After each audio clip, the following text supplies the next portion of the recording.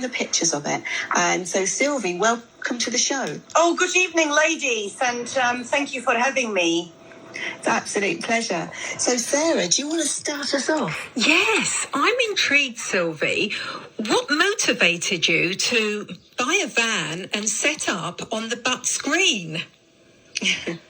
So, my passion is quite a numberfold, and one of those things is coffee. And then I was thinking, well, actually, the businesses, and I was always a businesswoman, and the businesses I had until now was where I was going and visiting people. But actually, I wanted for people to come to me, and also I wanted a platform on a very small scale where I could become a part of the community. And equally, then I had to kind of think, right, budgets and locations and opportunities, and, you know, what times do we live in now? Yeah. You know, so all of that kind of had to be considered in the decision making of what business I was going to do. So it was going to be something around customer service, delivering a quality product. And I thought, well, the one thing I know a bit about and I'm passionate about is coffee. So how did you get permission to go on the butts? Did you have to get permission to go on the butts? Yeah, we have all, us, we're called street traders, and we're fully registered with EHDC and also respect the local council rules. So my rules and location falls under Alton. So, you know, that's all we do. Yes, we're completely regulated. So can you move location, or do you actually have to stay on the butts? Yes, we can move location. My choice is to stay. One, because I would probably get it wrong. Where am I supposed to be on which day of the week? And secondly, and most importantly, I want to be loyal to that one location, and for people to know that, you know, Silvie's Cafe, and it's a wagon, by the way, it's a small trailer I tow. So you also do a little bit for charity as well, don't you? Tell us about that. Do you know what, darlings? Life is about sharing, and it's about community, and it's about inclusiveness, not exclusiveness. It's about no isms, no racism, sexism, ageism, none of that has space in any of our lives in our society today. End of. Okay, so with that in mind, I just thought, well, it's obvious to do a bit for charity. And my thinking is, if each business, however small, like one person business like I am, gives £10 a week, it will soon add up. So what charities have you been supporting since you've been in business? Okay, so I'm on a third charity that I collect for. First one was Guide Dogs for the Blind. Second one, and from then on, I am keeping it very local. So that is my criteria. Keep it local for local people, and get involved again, back to the community spirit. So second one was Bushy Lee's, the children's nursery in Alton. I mean, honestly, girls and listeners, I mean, I don't even have children, so I can only hear from the experiences that others have. So that's one. £151 for them, with the help of amazing friend of mine and a business owner, Barry Peters of Alton and Formarks Conservatories. Anyway, and the third one that we're doing now is called Step by Step Charity, which is Hampshire homelessness. Yes. How come? How come it exists in Hampshire? You know, we're Western country. We are educated humans, and why? I mean, I just don't get it. So with your charity work, how are you going to move that forwards? Do you want to get other businesses involved in this? Do you see yourself having some sort of network to get more businesses to carry on what you're doing as well? Is that your goal? Absolutely, Sarah. Yes, that's the idea. Because if we can multiply this £10 a week to, to double that and tenfold that, anybody can, well, we can afford it, really. If we dig deep, just think about it. Yes, of course. Get other businesses involved. That's something that, we could talk about in the future, isn't it, Lainey? It is, yeah. And actually, when you think about it, you can go for a coffee and a slice of cake and spend that, can't you? So it's, I guess it's that affordability that people, need to understand, don't they? It's a great idea to get everyone involved. So I'm intrigued. I'm going to go back a step for a minute because I'm intrigued to know, what did you do before? You sort of mentioned that you were in coffee and you used to visit people. So did you used to go round to people with coffees and sandwiches and things, or was it something different to that? Oh, it was completely different, girls. Basically, I was a bit of a wheeler dealer in the nicest. I like this. This is going to be a good story. Oh, love it. Well, basically, in the nicest way possible. I fancied myself as having a bit of an eye for finding a bargain or something that needed doing up like a piece of furniture. But not upcycling, fixing, getting to the nitty-gritty.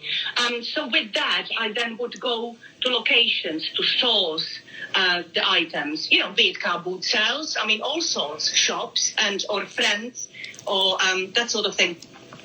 And that's what I did, yeah. So from that, I moved on. I took a year and a half out doing not very much, just kind of thinking what I could do. And I had about 10 business ideas. And I actually eventually went with this coffee shop. So Sarah, this is up your street. You're always upcycling things and going to car boot sales for this very reason, aren't you? Absolutely. No, you should see her Facebook page, Silvie. It's incredible. So dear. So you're letting all my secrets out there, lady. Yeah. So tell me, you obviously have regulars that come to see you every day, maybe once a week or twice a week. I absolutely do, yes. And that is, again, going back to the bigger circle about running any business. And my focus is on building rapport with people. When you come in, I will strive to remember your name.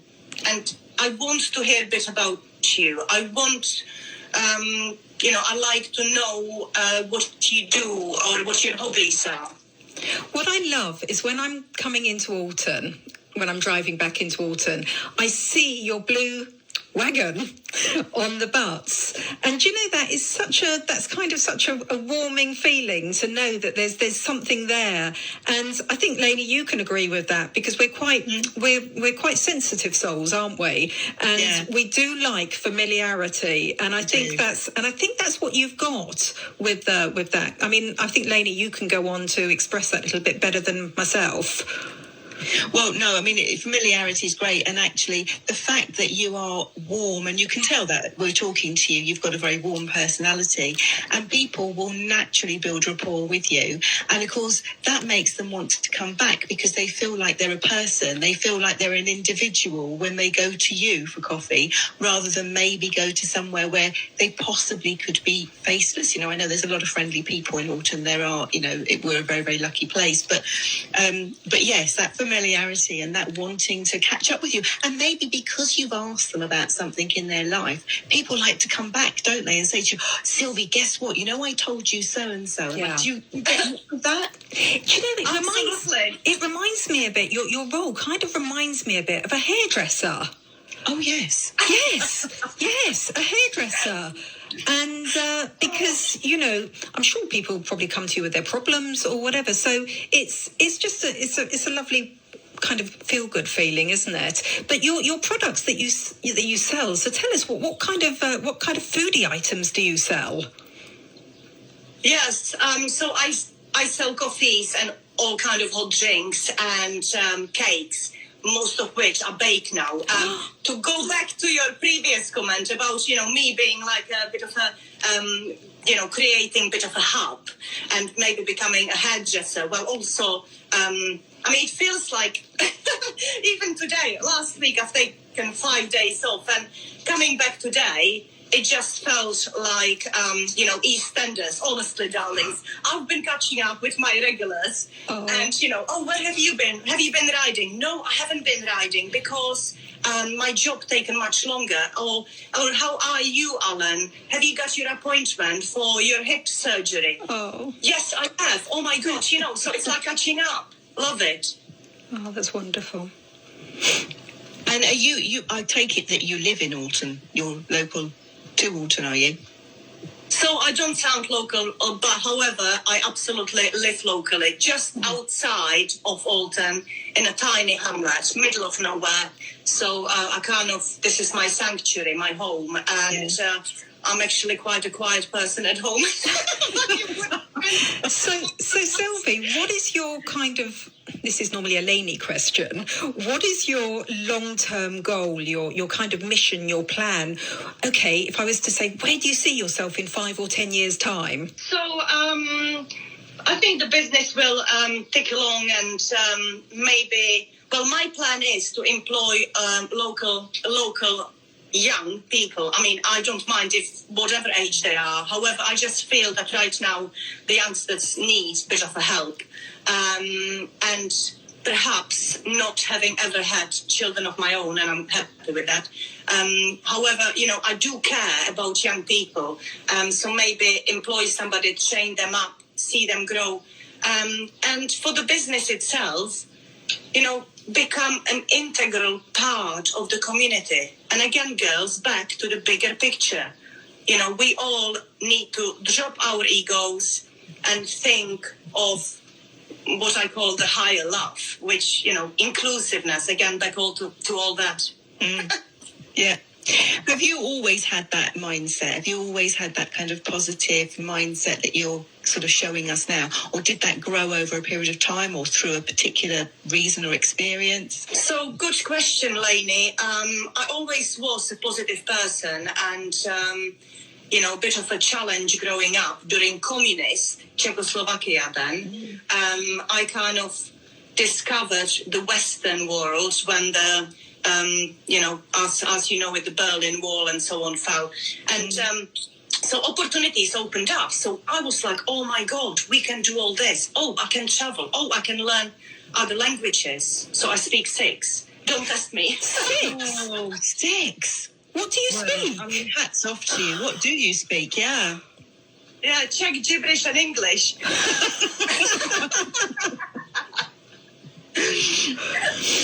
No, I do, but that's just like the way you brought up. You're lucky the way you were brought up in a country where it happens to be the world's #1 communication language. So it's but it makes us very lazy, Silvie. It makes us very lazy. No, you're all right, girls. I think you're absolutely amazing. Oh, so interesting kind of experience from your youth that you brought into adulthood that's created this very positive, bubbly, and very effervescent personality, which is lovely. Thank you. It is, and I can see you going on to doing great things and really making a difference in our local community because you're already doing that. You're already standing there and just, being a kind of a hub. I think that's the word, isn't it? A hub. It is. It's a little hub on the butts, and I think if anyone listening wants to go along and say hello to Silvie, have a cup of coffee with her. And have a chat. Particularly if it's raining and it's a horrible day. I'm sure she'd like cheering up on a horrible day. And you've also got that lovely wooden bench, haven't you? That I think has got the lions on it. I sat on that the other day. The lovely wooden bench right next to your wagon. Nice. Yeah. Yeah, absolutely. So that is the Lions Charity Alton. And yeah, honestly, like you were saying, girls, we in Alton are very lucky. I mean, the community is there. It just sometimes that side, it needs a different hub. That's what I was going to say. And that side of Alton where I'm located on the Butts Green, it just needs that, or it's lovely. It's been very welcomed. That's lovely. It's It's been such a fabulous interview. I'm just so pleased to be able to talk to you. And the day that I drove by and stopped and kind of came over and hijacked you and asked you if you wanted to appear with us, and you see, the thing is with us, I'm one that will go out and just ask people on the spot whether they want to join us for an interview. And some people say no, but what I felt from you was that yes, it was, as Lainey said, that effervescence and that enthusiastic nature that you've got. So, it's been lovely to talk to you. And we'll pop along for a coffee, won't we, Sarah? I think we have to pop along for a coffee and maybe a piece of cake as well. So, Yeah. and just talking about the cakes, etc. Do you kind of do you cater for allergies and all those type of things? Yes, absolutely I do. And the latest range I launched, sounds like a big shop talking, but no, it's just one person. It's a vegan range. So I now do vegan sausage rolls. Yes, and vegan little coconut nests, I call them. Yeah, they're vegan and gluten-free. And also I have a OAT, not old, oat, it's my pronunciation, oat milk for the vegans. So no, absolutely. And I do respect allergies. Of course I do. Brilliant. That means I'm definitely able to come because I can't have lactose. So definitely there, Sarah. I know. Every time we go out with Lainey, we always have to make sure that the menu is suitable for her. And it's just lovely. Thank you so much for joining us. Yeah, it was lovely to meet you and good luck with it all, Silvie. Thank you very much, ladies. Absolutely delight speaking with you. And thank you for all you do for the local businesses and local community.